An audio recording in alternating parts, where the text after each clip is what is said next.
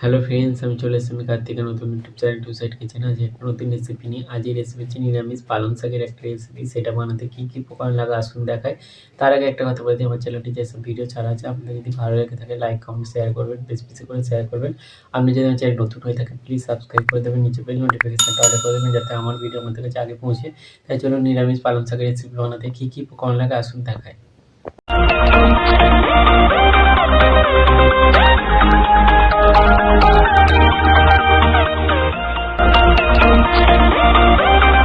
চলুন তাহলে পালং শাক নিরামিষ রেসিপিটা বানাতে কী কী উপকরণ লাগে দেখিয়ে দেবো।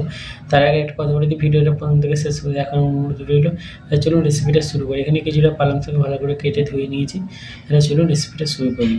গ্যাসটা জেলে কড়াটা বসিয়ে দিয়েছি, কড়াটা গরম হয়ে গেছে, কড়াই তেল দিয়ে দেবো। তেলের উপর দিয়ে দেবো দুটো শুকনো লঙ্কা ছিঁড়ে আর 5 ফোড়ন, কেটে রাখা আলু মুড়োটা নুন দিয়ে দেবো, ভালো করে ভেজে নেবো। এবার কেটে রাখা পালং শাক দিয়ে দেবো। পালং শাকটা অনেকটা কমে গেছে, এর মধ্যে টমেটো কুচি, দুটো কাঁচা লঙ্কা আর আদা বাটাটা দিয়ে দেবো। ভালো করে নেড়ে ছেড়ে নেবো। হলুদ গুঁড়ো, লঙ্কার গুঁড়ো দেবো, জিরে গুঁড়ো, ভাজার সময় একটু নুন দিয়েছিলাম আর একটু দিয়ে দেবো। সব মশলা দিয়েছি, ভালো করে নেড়ে ছেড়ে কষে নেবো।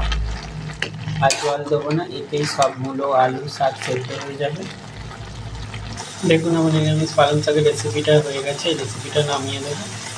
দেখুন আমার নিরামিষ পালং শাক রেসিপিটা হয়ে গেছে। এই রেসিপিটা যদি আপনাদের ভালো লেগে থাকে লাইক কমেন্ট শেয়ার করবেন ও বেশি বেশি করে শেয়ার করবেন আর প্লিজ সাবস্ক্রাইব করে দেবেন, আমাদের পাশে থাকবেন। চলুন তাহলে দেখা হচ্ছে নেক্সট ভিডিওতে। এরকম নিত্য নতুন ভিডিও পাওয়ার জন্য আমাদের চ্যানেলটাকে অবশ্যই সাবস্ক্রাইব করবেন, আমাদের পাশে থাকবেন।